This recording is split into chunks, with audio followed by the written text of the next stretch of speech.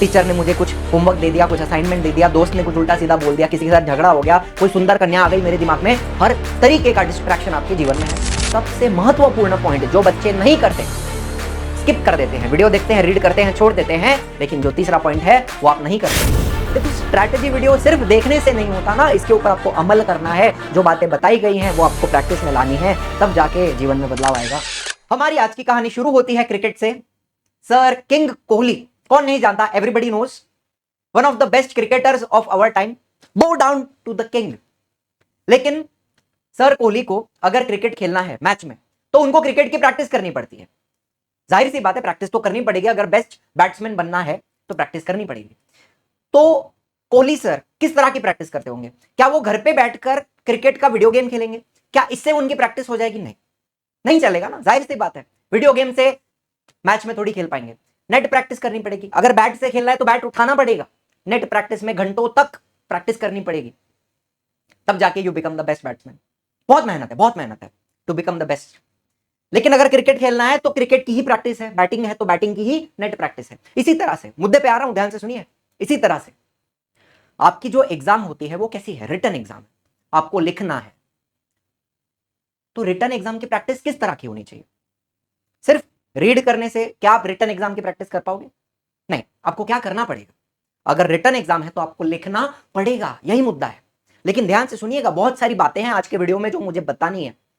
सबसे बड़ा प्रश्न, कल मैंने लाइव सेशन कंडक्ट किया था ऐप के ऊपर, 200 बच्चों से, करीब 150-200 बच्चों से बात हुई मेरी। मैक्सिमम स्टूडेंट्स, बहुत सारे स्टूडेंट्स हैं जिनका यही प्रॉब्लम है, याद नहीं हो रहा। हिस्ट्री में दिक्कत आ रही है, ज्योग्राफी में, साइंस 1 में, साइंस 2 में, बायोलॉजी नहीं समझ में आ रहा है, याद नहीं हो रहा है। इतनी सारी चीजें हैं, याद कैसे करें? लर्न नहीं हो रहा है, यही बात है।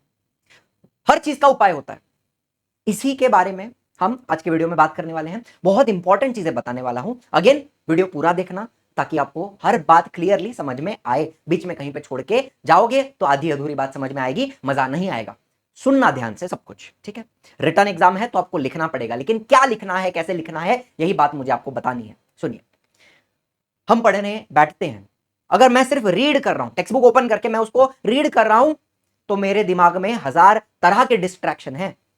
टीचर ने मुझे कुछ होमवर्क दे दिया, कुछ असाइनमेंट दे दिया, दोस्त ने कुछ उल्टा सीधा बोल दिया, किसी के साथ झगड़ा हो गया, कोई सुंदर कन्या आ गई मेरे दिमाग में, हर तरीके का डिस्ट्रैक्शन आपके जीवन में है।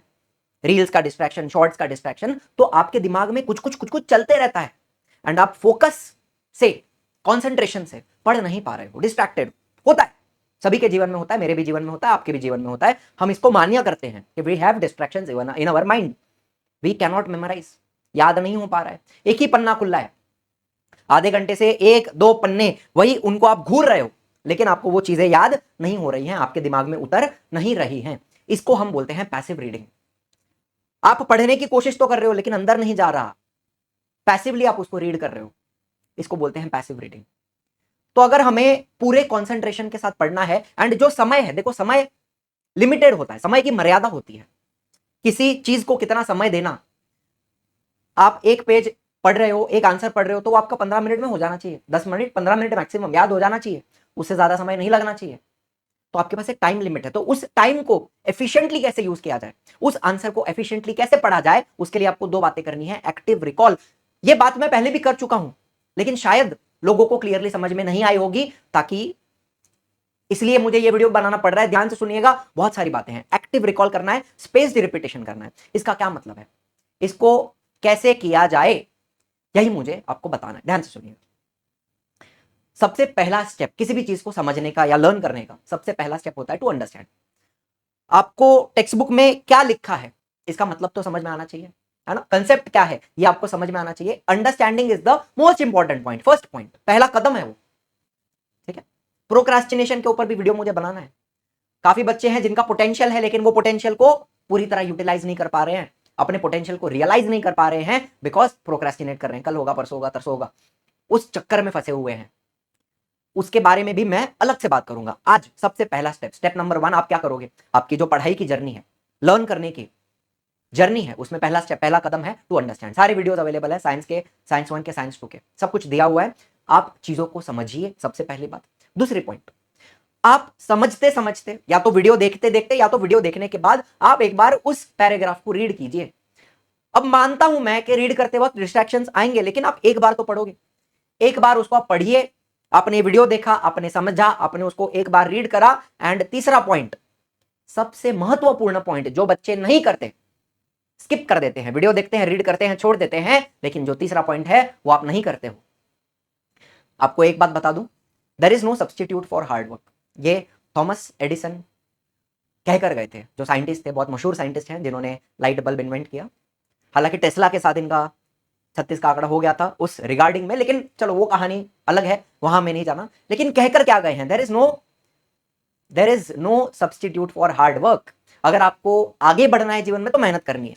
अगर आपको चीजों को समझना है, लर्न करना है, आपको 99% या फिर 99 मार्क्स 100 मार्क्स लाने हैं साइंस में, तो मेहनत है।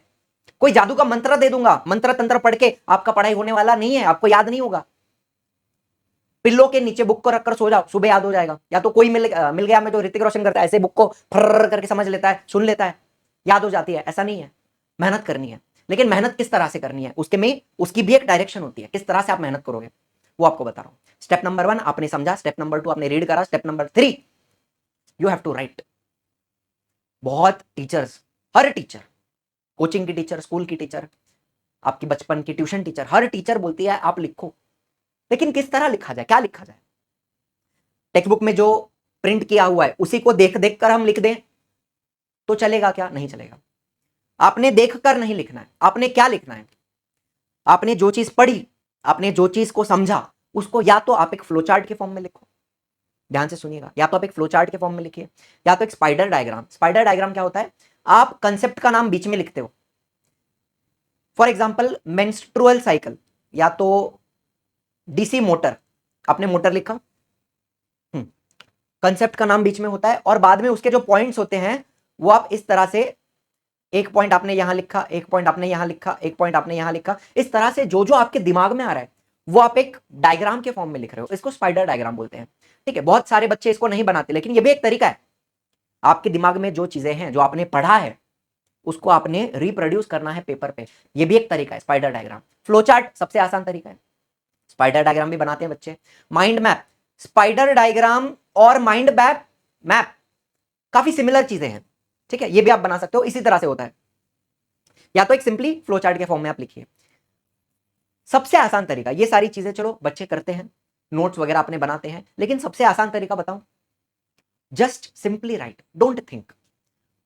हेडिंग के बारे में मत सोचिए, सब टॉपिक के बारे में मत सोचिए, जो आपके दिमाग में आया, आपने एक टॉपिक पढ़ा, आपको जो भी याद आ रहा है, जैसा भी याद आ रहा है, ग्रामर वगैरह नॉट इंपॉर्टेंट, आपकी इंग्लिश खराब है कोई बात नहीं, आप अपने शब्दों में लिखो, हिंदी में लिख लो, मराठी में लिख लो, आपकी मदर टंग में लिखो, लेकिन लिखो जो भी आपने पढ़ा, जो भी आप याद कर पा रहे हो, simply just right, don't think about it, just right. कैसे करोगे, एक एग्जांपल देता हूं आपको मैं। एग्जांपल के तौर पे मैंने एसेक्सुअल रिप्रोडक्शन पढ़ा, ठीक है, कोई भी टॉपिक ले सकते हैं, लेकिन चलो एसेक्सुअल रिप्रोडक्शन मैंने पढ़ा, तो मुझे जो जो याद आ रहा है मैं सीधा सीधा लिखूंगा, मैं नहीं सोचूंगा कि चलो सबसे पहला पॉइंट मुझे क्या याद आया कि एसेक्सुअल रिप्रोडक्शन यूनिसेल्युलर में भी होता है, मल्टी सेल्युलर में भी होता है। इसमें लिखने का कोई तरीका नहीं है, सिर्फ पॉइंट बना के लिखते जाओ, जो है यूनिसेल्युलर में भी होता है, मल्टी में भी होता है। चलो फिर यूनिसेल्युलर की बात करते हैं, तो बाइनरी फिजन कहा जाता है उसको, ठीक है, बाइनरी फिजन। फिर अगर बाइनरी फिजन का, हैंडराइटिंग की भी कोई चिंता नहीं है मुझे, खराब आने दो, कोई बात नहीं है, याद कर रहे हैं हम एक्टिवली रिकॉल कर रहे हैं, जो हमने पढ़ा है उसको हम अपने मन में से याद करके पेपर पे उतार रहे हैं, इसको ही बोलता है एक्टिव रिकॉल। एंड सबसे बेस्ट तरीका होता है to just simply write it down, एक बार दो बार खत्म, कभी नहीं भूलोगे। बाइनरी फिजन क्या होता है, पेरेंट सेल, अच्छा हाँ, एक पेरेंट सेल होगा, it will divide into 2 daughter cell, DC लिख दो, ठीक है, डिवाइड इनटू 2 डॉटर सेल, ठीक है ठीक है। चलो फिर मुझे याद आया अमीबा, अमीबा में कोई स्पेसिफिक डायरेक्शन नहीं होती, नो स्पेसिफिक, जैसा भी याद आ रहा है, no specific direction of binary fission, जैसा भी याद आ रहा है बाइनरी फिजन, चलो कोई बात नहीं। टेक्स्ट बुक में जो शब्द लिखे हैं अगर सेम टू सेम नहीं आ रहे हैं कोई बात नहीं, कंसेप्ट आपको आ रहा है, ये इंपॉर्टेंट है, तो इसको हम क्या बोलेंगे, सिंपल बाइनरी फिजन, ठीक है। कोई स्पेसिफिक डायरेक्शन नहीं थी, अमीबा ऐसा है, वो ऐसे भी डिवाइड होगा, ऐसे भी होगा, ऐसे भी होगा, ऐसे भी होगा, कोई डायरेक्शन नहीं होती, सिंपल बाइनरी फिजन बोल दिया। देखो वीडियो हल्का सा यहाँ पे लंबा होगा, लेकिन मेरे साथ साथ आपका भी रिवीजन हो रहा है। जितने बच्चे ये वीडियो देख रहे हैं एसेक्सुअल रिप्रोडक्शन में क्या यही बातें आती हैं? ये हम यूनिसेल्युलर का देख रहे हैं, मल्टी का तो चलो बाद में आएगा, फ्रेगमेंटेशन देखेंगे, रीजनरेशन देखेंगे, बडिंग देखेंगे हाइड्रा में, वो बाद में। ये मैं यूनिसेल्युलर का पहले मैं याद कर रहा हूँ, आपके सामने याद करके मैं लिख रहा हूँ। इसी तरह से आपने लिखना है, कुछ नहीं है, यही करना है, जो याद आ रहा है लिखते जाइए, सिंपल बाइनरी फिजन, ठीक है। फिर मैं पैरामीशियम की बात करूँ, ये भी एक एग्जाम्पल दिया, यहाँ पे आपकी स्पेलिंग पे भी ध्यान देना है। पैरामीशियम क्या करता है? हॉरिजॉन्टली डिवाइड होता है, हॉरिजॉन्टल डिवीजन, ठीक है। इसको क्या बोलेंगे? इसको बोलेंगे transverse, transverse binary fission, DF, ठीक है, ट्रांसवर्स बाइनरी फिजन। फिर यूग्लिना की बात करें, यूग्लिना, यूग्लिना क्या करेगा? वर्टिकल, वर्टिकली डिवाइड करता है, वर्टिकल, वर्टिकल डिवीजन, ठीक है, कोई चिंता नहीं मुझे, जो आ रहा है लिख रहा हूं। वर्टिकल डिवीजन क्या बोलते हैं? लॉन्जिट्यूडनल, लॉन्जिट्यूडनल बाइनरी फिजन, इतनी सी बात है ना, और कुछ नहीं है, ठीक है। ये हो गया आपका। इसके बाद आपको याद आया, हाँ भाई मल्टीपल फिजन भी होता है, एमएफ लिख देता हूँ। मल्टीपल फिजन ये मुझे अमीबा में दिखेगा, साथ साथ में कर रहे हैं रिवाइज, अमीबा में दिखता है, प्लाज्मोडियम में भी दिखता है, प्लाज्मोडियम जैसे याद आ रहा है लिख रहे हैं, ठीक है। क्या होगा? सबसे पहले अनफेवरेबल कंडीशन होगी, अनफेवरेबल, अनफेवरेबल कंडीशन मतलब क्या? अमीबा को खाना वगैरह मिल नहीं रहा है, पानी मिल नहीं रहा है, खराब परिस्थिति आ गई है, ऐसे समय में अनफेवरेबल कंडीशन में इट विल बिकम राउंडेड, हाँ बिकम राउंडेड, एक प्रोटेक्टिव कवरिंग बनाता है, प्रोटेक्टिव कवरिंग, उसको हम अभी बोलते हैं सच एनसिस्टेड अमीबा इज कॉल्ड सिस्ट। मतलब क्या? ये आपका अमीबा था, वो ऑलमोस्ट राउंड हो गया, उसने एक प्रोटेक्टिव कवरिंग बनाई, ठीक है। वो जो प्रोटेक्टिव कवरिंग है उसको सिस्ट नहीं बोलते, उसको सिस्ट नहीं बोलते। ये जो पूरा है amoeba along with the protective covering, पूरे को हम सिस्ट बोलते हैं। सिर्फ कवरिंग को सिस्ट नहीं बोलते, पूरा कवरिंग प्लस अंदर का अमीबा पूरा, उसको बोलते हैं सिस्ट। चलो, सच एनसिस्टेड अमीबा इज कॉल्ड सिस्ट, एनसिस्टेड मतलब कवरिंग वाला अमीबा, ठीक है। ये सब हो गया। फिर नंबर 4 अंदर क्या होगा? मल्टीपल, इसका जो न्यूक्लियस होगा अंदर एक छोटा सा, वो मल्टीपल डिविजन्स दिखाता है, nuclear divisions, multiple nuclear division. अच्छा ठीक है, फिर न्यूक्लियस डिवाइड हो गया, अब क्या होगा? साइटोप्लाज्म भी डिवाइड होगा, ये जो साइटोप्लाज्म है अंदर वो भी डिवाइड करेगा। चलो 5th point, multiple nuclear fission, उसके बाद साइटोप्लाज्मिक डिवीजन, ये पे लिख दूं साइटोप्लाज्मिक डिवीजन। इतना समय क्यों दे रहा हूं इसको मैं? ताकि आप समझें कि इसमें कोई रूल नहीं है, सिर्फ लिखते जाना है, एंड बाद में आपने क्रॉस चेक करना है, क्या मेरा कोई पॉइंट मिस हो गया, क्या मेरा कोई कीवर्ड मिस हो गया, क्या कोई इंपॉर्टेंट इंफॉर्मेशन मिस हो गई, ये आपको सिर्फ चेक करना है। एंड बाद में जब आप एग्जाम में लिखोगे इन्हीं पॉइंट्स को थोड़ा एक्सपांड करके लिखो। आपको एक बात बताऊं, सीबीएसई और आईसीएसई में पेपर लिखने का क्या तरीका होता है पता है? सिर्फ आंसर लिखते हैं बच्चे, टेक्स्ट बुक का वर्ड टू वर्ड लिखने की कोई जरूरत नहीं होती। बच्चे को जो कंसेप्ट आता है, अगर बच्चा कंसेप्ट सही लिख रहा है उसको मार्क मिलेगा। टेक्स्ट बुक में क्या लिखा हुआ है वो सेम टू सेम लिखने की कोई जरूरत नहीं होती, लेकिन हमारे महाराष्ट्र बोर्ड वाले मानते नहीं है। लेकिन अल्टीमेटली किसी भी एग्जाम का गोल क्या है? बच्चे को क्या समझा है वो टेस्ट करना है। बच्चा समझकर अगर अपने शब्दों में लिख रहा है तो क्या दिक्कत है? टीचर्स नहीं मानते, काफी स्कूल टीचर भी नहीं मानते कि हाँ टेक्स्ट बुक में ऐसा नहीं दिया, टेक्स्ट बुक का लिखो आप, गलत है। अल्टीमेटली किसी भी एग्जाम का गोल ये है कि बच्चे को समझ में आया है या नहीं आया है, ये हमें सिर्फ टेस्ट करना है। अगर बच्चे को समझा है, भले अपने शब्दों में लिखा है, कोई बात नहीं है, मार्क्स मिलना चाहिए, ये मेरा मानना है।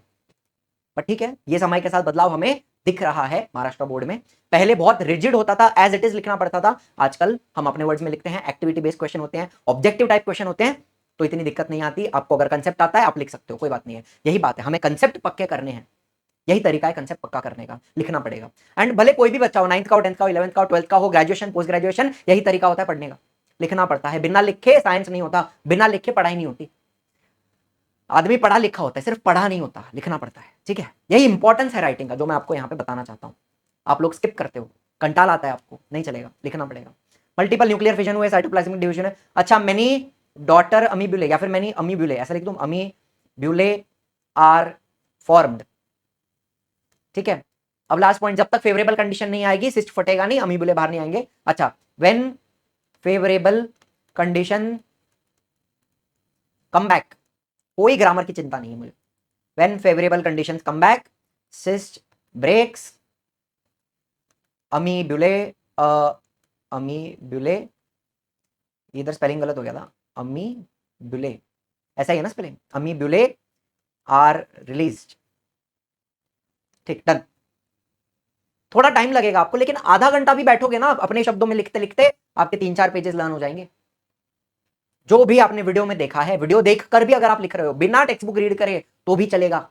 जो भी वीडियो में आपको मैं बता रहा हूं, वीडियो देखते देखते वो आप लिखते जाओ, या फिर 10 मिनट 15 मिनट देखो, फिर आप लिखो क्या क्या याद हुआ। यही तरीका है पढ़ने का।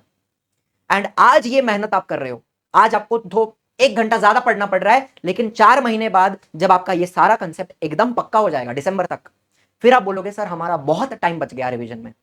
फिर आपको वापस किताबें उठाने की जरूरत नहीं है, आपको सब आता होगा ऑलरेडी, पढ़ना भी नहीं पड़ेगा। इसलिए सब कुछ बता रहा हूं। आज समय ज्यादा दो ताकि आगे का समय आपका बच जाए। आगे दिसंबर के बाद जनवरी में जब आपकी mock board exam, prelim exam start होती है, तब आपको टेंशन ना आए, यही मुद्दा है। ठीक है। अच्छा, एक और तरीका आपको बताता हूं। You can break down the topics into small small questions. एक टॉपिक लेके उसको आप तोड़ो इनटू छोटे छोटे question. What type of reproduction does amoeba perform? Binary fission भी दिखता है, बाइनरी फिजन और मल्टीपल फिजन भी दिखता है। आप छोटे छोटे क्वेश्चंस का आंसर याद करने की कोशिश करो। What does amoeba stop? When does amoeba stop forming pseudopodia? जब अनफेवरेबल कंडीशंस आ जाती हैं। ठीक है। What shape does amoeba take during adverse condition? Unfavourable को आप एडवर्स भी बोल सकते हो, खराब कंडीशन। कौन सा शेप ले लेता है? राउंड, राउंड शेप का हो जाता है, राउंडेड हो जाता है। What is the एंसिस्टेड amoeba called? उसको आप सिस्ट बोलते हो। कवरिंग वाले अमीबा को क्या बोलते हैं? सिस्ट बोलते हैं, पूरे को। ठीक है। What forms inside the cyst during adverse condition? अमीब्यूले बनते हैं, अमीब्यूले आर फॉर्म्ड। ठीक है। What follows nuclear division inside the cyst? Nuclear division के बाद क्या होता है? साइटोप्लाज्मिक डिवीजन होता है। हाँ ठीक है। When do अमीब्यूले remain insisted? Until favourable condition come back. ठीक है। जब तक फेवरेबल कंडीशन नहीं आती, they will remain insisted. What happens when condition become favourable? Cyst breaks and अमीब्यूले are released. हो गया ना? आप उस टॉपिक को तोड़ो into small questions and her question का आंसर देने की कोशिश करो, अपने शब्दों में, अपने लैंग्वेज में। कोई बात नहीं है, याद हो जाएगा आपको। और यही चीज मैंने आपको फ्लैश कार्ड्स के फॉर्म में दी हुई है। ऐप के ऊपर, वेबसाइट के ऊपर आपको जो फ्लैश कार्ड्स मिलते हैं, यही तो है। बड़े टॉपिक को छोटे छोटे टुकड़ों में तोड़कर एक एक छोटा सवाल आपको पूछता हूं कि अमीबा क्या करता है, कोई स्पेसिफिक एक्सिस या प्लेन नहीं होता। पैरामीशियम क्या करता है? ट्रांसवर्स। यूग्लिना क्या करेगा? लॉन्जिट्यूडनल बाइनरी फिजन करता है। अच्छा, when do amoeba lack of खाना मिल गया, मतलब वही है ना, मल्टीपल फिजन का आंसर है जो मैंने तोड़ा हुआ है इनटू स्मॉल क्वेश्चंस। ऐप की बात करूं, अगर आप ऐप पे जाते हो तो आपको गणेश चतुर्थी का ऑफर है आज के दिन। ठीक है, कल भी था, आज भी लास्ट डे है। लोएस्ट प्राइस पे रखा है मैंने परसिवरेंस बैच 189। इससे लो वो कभी नहीं गया, जाएगा भी नहीं। लोएस्ट प्राइस है, only for today, last day Ganesh Chaturthi offer का। एंड आज रात को 9 बजे इफेक्ट्स ऑफ इलेक्ट्रिक करंट का 1 शॉट लाइव लेक्चर मैं लेने वाला हूं रिवीजन के लिए। बच्चों से ही मैंने पूछा, जितने भी बच्चे कल लाइव सेशन में ज्वाइन हुए थे उनको ही मैंने पूछा कि आपको किस तरीके का सेशन चाहिए। मैक्सिमम बच्चों ने 1 शॉट बोला है। मैंने पूछा किस चैप्टर की जरूरत है, मैंने 4-5 चैप्टर ऑप्शन दिए। सबसे ज्यादा बच्चों ने बोला कि इफेक्ट्स ऑफ इलेक्ट्रिक करंट में दिक्कत आ रही है, उसके जो भी टॉपिक्स है हमें समझ में नहीं आ रहे, तो उसका हम 1 शॉट आज ले रहे हैं। ठीक है, 9 बजे है आज लेक्चर। जितने भी बच्चे देख रहे हैं परसिवरेंस बैच के, आपको भी बता दूं 9 बजे हम मिलने वाले हैं आज। ठीक है। नाउ आप बोलोगे सर इतना टॉपिक को ब्रेक डाउन करके ये क्वेश्चंस कौन बनाते बैठेगा, हमारे पास टाइम नहीं है। तो मैं आपको बोलता हूं यूज एआई। आज एआई का जमाना है, आपके पास इतना पावरफुल टूल है, परमात्मा की कृपा से आपके पास आया है। हमारे समय में ये कुछ भी नहीं था, आज आपके समय में इतना अच्छा टूल आपके पास है, इसको यूज कीजिए आप। कैसे यूज करता है? चैट जीपीटी, सबको पता है, चैट जीपीटी सबने सुना है। और भी एआई होते हैं, लेकिन मैं चैट जीपीटी यूज करता हूं, मेरे को जमता है। और भी है, माइक्रोसॉफ्ट का है, गूगल का है, अपना अपना, वहां पे भी आप जा सकते हो। जेमिनी होता है, और मुझे पता भी नहीं गूगल वाले का नाम, लेकिन मैं चैट जीपीटी यूज करता हूं, मेरे को जमता है। ठीक है, पेड वर्जन भी नहीं, फ्री वाला, फ्री वाले में हो जाता है सब कुछ काम। अब सुनिए, ये आपकी टेक्स्ट बुक, यहां से हम चलो कोई भी एक टॉपिक सिलेक्ट करते हैं। कोई और टॉपिक ले लो ना। मान लो कि आपने, चलो मेल रिप्रोडक्टिव सिस्टम कॉपी करा। इसको हम कॉपी कैसे करेंगे? यहां से कॉपी हो पाएगा ये? क्यों नहीं हो पा रहा है? अच्छा कोई बात नहीं, सिलेक्ट नहीं हो रहा है ना, तो मैं स्क्रीनशॉट डाल देता हूं इसका। चलो काट के स्क्रीनशॉट तो आप लोग भी ले सकते हो टेक्स्ट बुक का, है ना। कोई भी टॉपिक ले लिया, मान लेते हैं कि ये टॉपिक ले लिया, मेंस्ट्रुअल साइकिल। इसको मैं ये पूरा इतना स्क्रीनशॉट ले लिया मैंने, चलो, और यहां पे पेस्ट कर दिया मैंने, ठीक है, नीचे मैंने कंट्रोल भी करके पेस्ट कर दिया। अब ये पैराग्राफ तो चैट जीपीटी को मैंने दे दिया, अब मुझे इसको इंस्ट्रक्शन देना है कि break down this paragraph into smaller, लिख रहा है बराबर, into small questions so that I can memorise this topic. देखो क्या देता है, ठीक है। अब ये आपको आंसर्स भी दे रहा है, आपको अगर सिर्फ क्वेश्चंस चाहिए, ओनली क्वेश्चंस, ठीक। ये आपके 13 छोटे छोटे क्वेश्चंस बने, देखो आप यहां से दिख रहा है आपको। What changes occur in the female reproductive system at puberty, female reproductive system में क्या चेंजेस आते हैं, एंडोमेट्रियम बिकम्स थिक, हॉर्मोन्स का प्रोडक्शन स्टार्ट हो जाता है, फॉलिकल का प्रोडक्शन स्टार्ट हो जाता है, ठीक है।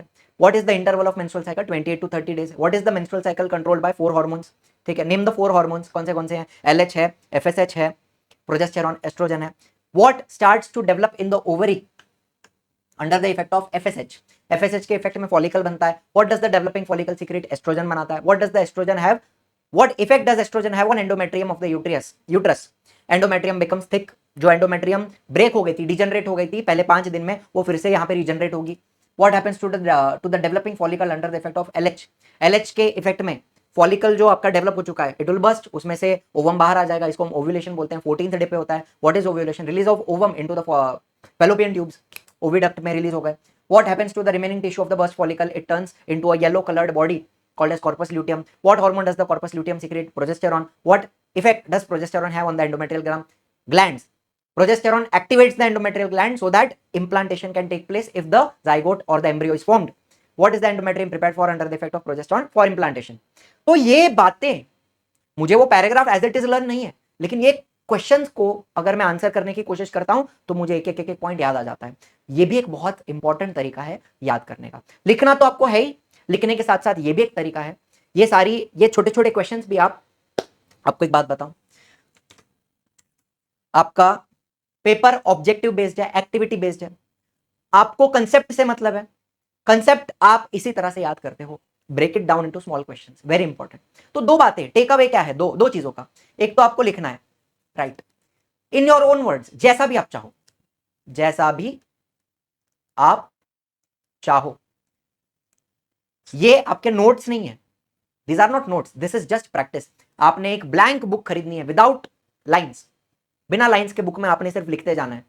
ये आपकी प्रैक्टिस है, ये आपका रिविजन है एक तरीके से, एंड क्वेश्चंस को भी आंसर करोगे, आपका रिविजन होगा। ये दो तरीके आपको मैं यहां पे बता रहा हूं, ठीक है।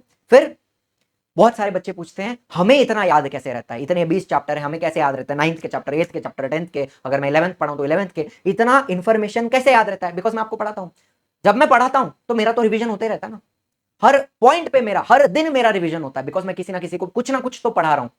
तो जब भी आप अपने दोस्तों को या घर पे मम्मी को, पापा को, भाई को, बहन को, किसी को भी कुछ भी पढ़ाते हो, आपका रिविजन हो रहा है, ठीक है। बचपन में ट्यूशन टीचर को जब हम लर्न करके सुनाते थे, वो क्या होता था, टीचर को बताना, टीचर को ही सिखा रहे हैं हमने एक आंसर लर्न करके टीचर को सुनाया, मतलब क्या किया आपने, टीचर को सिखाया या बताया कि अच्छा पहले ये हुआ, फिर ये हुआ, फिर ये हुआ, फिर ये हुआ। यही होता है एक्टिव रिकॉल। जब मैं किसी को पढ़ाता हूं, मैं क्या कर रहा हूं, मैं एक्टिव रिकॉल कर रहा हूं। एज अ टीचर मैं भी कर रहा हूं, मेरा भी रिविजन हो रहा है पढ़ाते पढ़ाते। क्लियर है? एंड इसमें कंसेप्ट भी क्लियर होता है। जब तक आपका as a teacher concept clear नहीं है, आप बच्चे का कंसेप्ट क्लियर नहीं कर सकते, बच्चे को नहीं सिखा पाओगे जब तक आपको ही नहीं आ रहा है। तो आपको सिखाओगे किसी को तो याद रहेगा, ठीक है। एंड रिवीजन कितने कितने टाइम पे होना चाहिए, last point but very important point.